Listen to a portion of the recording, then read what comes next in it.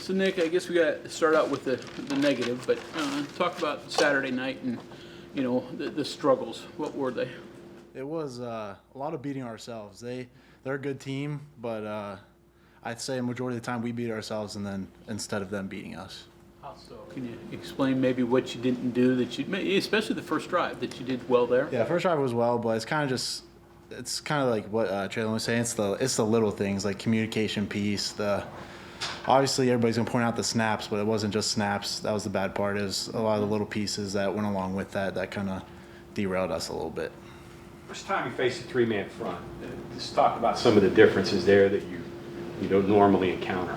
Yeah, it's especially games. The last few games, obviously everybody's been four down front, but we go against an on front every day at practice, so they're kind of similar to our defense. So a lot of it was kind of easy for us to pick apart and kind of From practice, yes. but not the game. Yeah. And I guess Kansas State's a three-man front too. Exactly. So. We'll be facing I'd say almost same exact defense this week. You mentioned the snaps. Did you have to give words of encouragement to Brandon? Try to keep him you gotta tell him he's cooled down and everything, but he's the guy who's gonna come back and fight. There's never giving up, or he's always gonna fight back, and I think he'll show it this week. You mentioned the snaps. What was said now into this new week on Monday? How can you, as collectively as a group, avoid that happening again? What was even the conversations during the game? It's just kind of just getting more snaps, getting used to it. I think they're gonna try different stuff this week, snapping, but it's kind of just for him. It's just keep getting back to a routine, and especially us, like being around him, you gotta build him up instead of tear him down. Because if he gets you tear him down, there's nothing gets good from that. So it's kind of.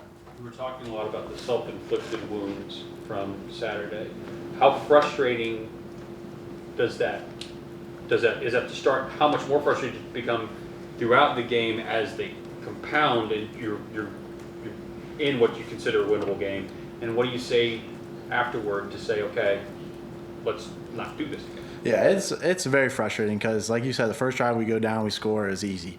And it's kind of going along the lines of, like I said, beating ourselves. It's where we're one of the best teams in the country, one of the best offenses in the country, and when we have those self-inflicted wounds, it's kind of like this shouldn't be happening. We should be dominating, and when that doesn't happen, that's the frustrating point to where you pointed out. But now it's after going back and watching film, we're able to critique those little things that happened, and especially kind of going against the same defense this week, we'll be able to handle that and kind of build upon that and do better, so we don't have those frustrating moments. Were there any instances on those high snaps when you looked at the tape and you said, if the timing would have been right, we had this was blocked perfectly, or we had big plays? Were there some of those where the timing was just a little bit off? Yeah, I don't know about timing, but it's literally like the little things I said. It's the one little thing, one little block, one little tweak, one little timing, like you said, that goes from a 3-yard loss to a touchdown, or a 3-yard loss to a 6-yard gain. It's one little micro thing that we can fix that'll help us. So you saw some of those things and you're like, wow. You can see it. It's whenever we're beating ourselves, it's always just like somebody not doing their job. It's just like one little thing that can be fixed and that can make us do better the next time. As a group, especially having multiple veteran leaders and things like that now that have been through the war, Coach Brown, Green mentioned after the game that there was no snap issues throughout the week, that despite Brandon's hand issue wasn't a concern going into the game. How do you avoid something that isn't a problem for 5-6 days, then all of a sudden creeps up and then just becomes like you through the game? That has to be the most frustrating part. Yeah, no, it's you can't, like, you never expect things like, oh, this is going to happen. You just have to kind of be prepared. So that's why, for instance, like they'll do like wet ball snaps. Like you never know, it might rain. You never know, rain delays mess up snaps. But they kind of you're never prepared for that kind of stuff. But that's when Brandon hurt his hand, Landon came in, we scored. It was next man up kind of mentality and just staying ready. So because you never know what's going to happen. Is it heartening when you say it's just little things, minor tweaks, that it's just little stuff that's I don't know if it's easy to fix, but manageable to fix, rather than just something big? You're like, well, we're just going to have to live with it. Exactly. These are things you don't have to live with. Yeah, it's better to have the little things than the big things, I'd say. But like I said, when we watch film, it's always like I said, us beating ourselves instead of them beating us. Because don't get me wrong, they're a good team and they make plays, but I'd say majority of the time it was us beating ourselves than them beating us. After watching the tape, what's kind of the mood? Is it anger, disappointment, frustration? What would you say? How would you characterize it? I'd say it was a disappointing loss because we expected to win that game. We should have won that game, but the fact is we have to go back and work and kind of we get another chance this week for another big team and then at home and kind of build our fan base back up because I know they're down right now, but we got to show them that we're going to continue to fight and show them.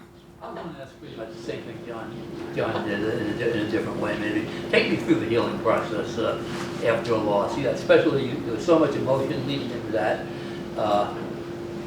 Whether it's frustration, anger, when it leaves you, what Sunday is like. Yeah, well, let's start game day. We lost. That was the downfall.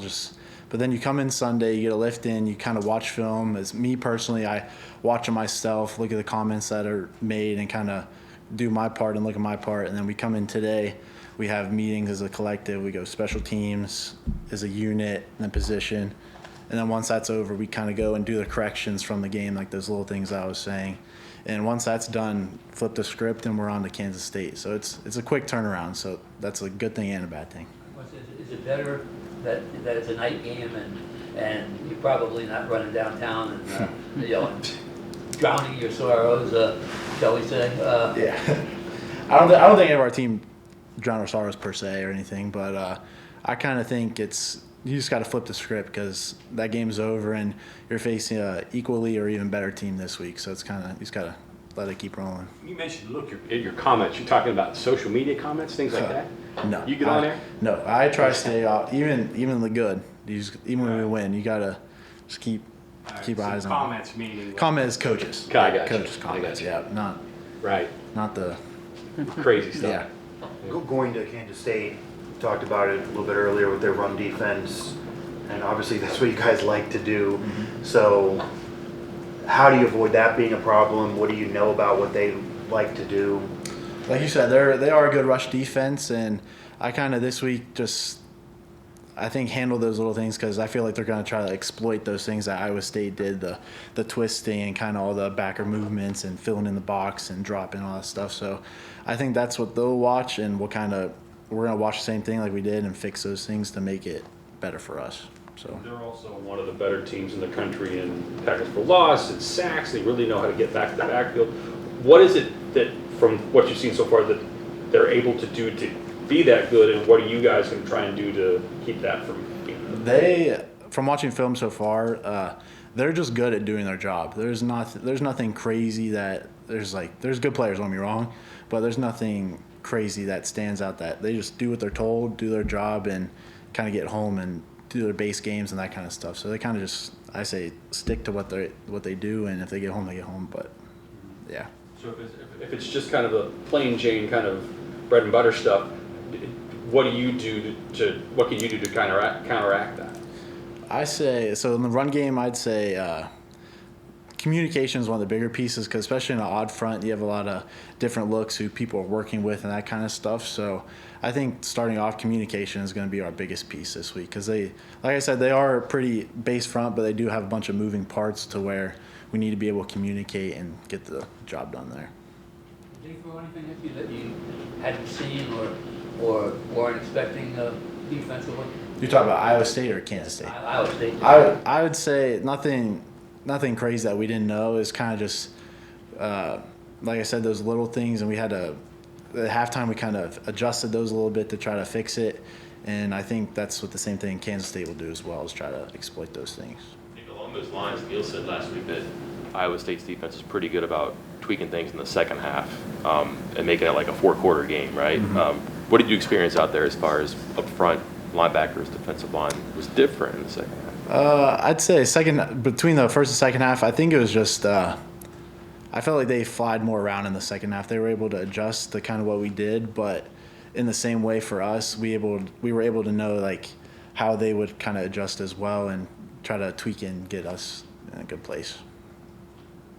Evaluate your play so far this year. What's it been like? I think I've done pretty well. I think I've stand up to the job that's been given to me, and I think collectively we I think we've all done pretty well. Used to starting yet? Is that still novel, or have you gotten used to it? I'd say kind of getting used to it now. It's like like I've said before, kind of getting into that role of backup to starter is always in my mind. I was like starter, like you have to go in as your starter because you never know what's gonna happen. Like Landon this year, going thrown in there, you just never know when your chance is. So I play like it every time.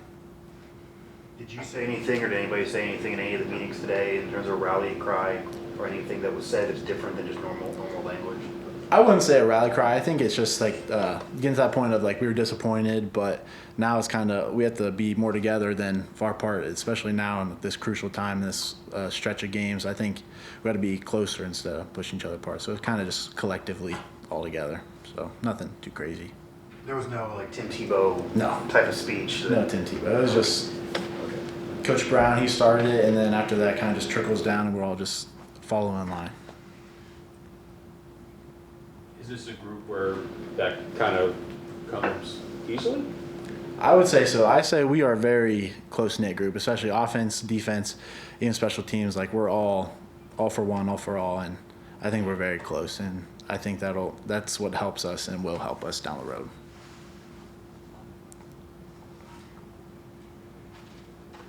Okay, anything else for Nick? All right, thank you.